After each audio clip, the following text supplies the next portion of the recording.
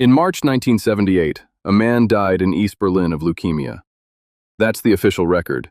That's what the newspapers printed. That's what his doctors wrote on the death certificate. None of it was true. His name was Wadi Haddad, and the people who killed him spent years making sure you'd never find out how. This is a story about one of the most audacious intelligence operations of the 20th century. It's about the most dangerous man Israel ever hunted. And it's about a method of killing so precise, so patient, so invisible, that it set the template for how states eliminate threats today. But to understand what happened in that East Berlin hospital room, you have to understand how Wadi Haddad got there.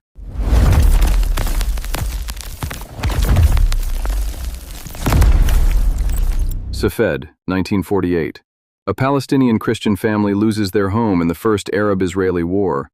Their son, Wadi, is 21 years old. He becomes a refugee. He studies medicine in Beirut, at the American University, where he meets another Palestinian exile named George Habash. The two of them share the same fury. They start an organization, then another one. And after the Arab world suffers a total military defeat in 6 days in 1967, they decide that conventional resistance is finished. Most people who lose that much turn inward. Wadi Haddad turned outward. With a fury that would take 30 years, Haddad's answer to that defeat was simple. If you can't fight an army, stop playing by army rules. On July 23, 1968, his men hijack an El Al flight from Rome. They divert it to Algiers. They hold 39 passengers for 39 days. Israel releases 14 prisoners. It worked, and he kept going. The Dawson's Field operation in 1970, 3 Western airliners seized simultaneously, blown up in front of global media in the Jordanian desert. The Lod Airport attack in 1972, 3 Japanese gunmen he personally recruited killed 26 people in under 3 minutes. The Vienna OPEC siege in 1975. The Entebbe hijacking in 1976, where passengers were separated by nationality, Jewish and Israeli on one side, everyone else on the other.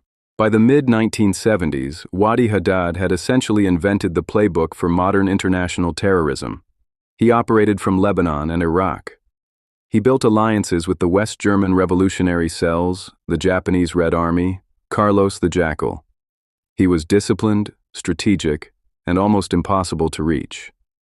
And what almost nobody knew at the time, what only declassified Soviet documents would later confirm, was that he was also a KGB agent, codenamed Nationalist. Soviet naval vessels had been delivering weapons to his network, RPGs, silenced pistols, radio-controlled mines, through the Gulf of Aden. He visited Moscow secretly in 1974 and again in 1977. KGB chairman Yuri Andropov had written memos directly to Brezhnev calling Haddad a trusted intelligence asset. The man leading Palestinian external operations was also on the Soviet payroll. Mossad had known about Haddad for years. They had tried to kill him before. An RPG through his apartment window in Beirut failed. An airstrike on a building in Beirut where he was meeting Arafat. The bombs didn't detonate. He kept moving, kept planning, and kept surviving. Then in October 1977, his men hijacked Lufthansa Flight 181 to Mogadishu. German commandos stormed the plane and freed every hostage. It was Haddad's last operation. And in the weeks that followed, Israel made a decision. Southeast of Tel Aviv, there's a government research institute called the Israel Institute for Biological Research. It operates under the direct authority of the Prime Minister's office. It doesn't advertise what it does. When Menachem Begin took office in 1977, he reportedly walked into that institute with a specific request. He needed something that a man would absorb without knowing it. Something slow. Something that would mimic a disease. Something no 1970s lab could identify. They called what they produced the potion of the gods. Now here's the part that makes this story different from every other assassination story. Mossad didn't need to find Haddad. They already had someone on the inside. For years, a deep cover agent codenamed Sadness had been embedded in Haddad's circle. Not on the periphery. Close. Close enough to access his home, his office, the private rooms where a man stops being careful because he believes he's among people he trusts. On or around January 10, 1978, Sadness made one exchange. He took Haddad's toothpaste and left behind an identical tube. The outside looked the same. The weight was the same. The color was the same. But every morning when Haddad brushed his teeth, a microscopic dose of toxin absorbed through the soft tissue of his mouth and entered his bloodstream. Not enough to taste, not enough to feel, just enough, over weeks, to start shutting his body down from the inside. Days after a regular dinner in Baghdad, Haddad starts feeling sick, stomach cramps, fever, rapid weight loss, nearly 25 pounds in weeks. His hair falls out. His body starts bruising without any impact. Iraqi doctors run every test they know. They try hepatitis protocols, antibiotics. Nothing works. His platelet count collapses. When they give up, Yasser Arafat personally calls East German leader Erich Honecker and asks for help. The Stasi airlifts Haddad to East Berlin and admits him under the alias Ahmed Dukli into a state-controlled hospital. East Germany's top forensic pathologist, Professor Otto Prokop, takes the case, a man with 45,000 autopsies behind him. He suspects poisoning, tests for thallium, tests for compounds he can't name, finds nothing conclusive. And when Haddad's aides packed his travel bag for the flight to East Berlin, they included his toiletries. They packed the tube. A man brushed his teeth every morning for weeks and felt nothing unusual, and somewhere, someone was counting the days. Wadi Haddad died on March 28, 1978.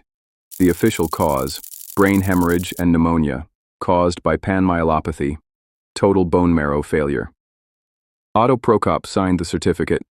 The PFLP held a large funeral in Baghdad. His coffin was lowered into a Christian cemetery. Western newspapers reported he had died of leukemia. PFLP's external operations network collapsed without him.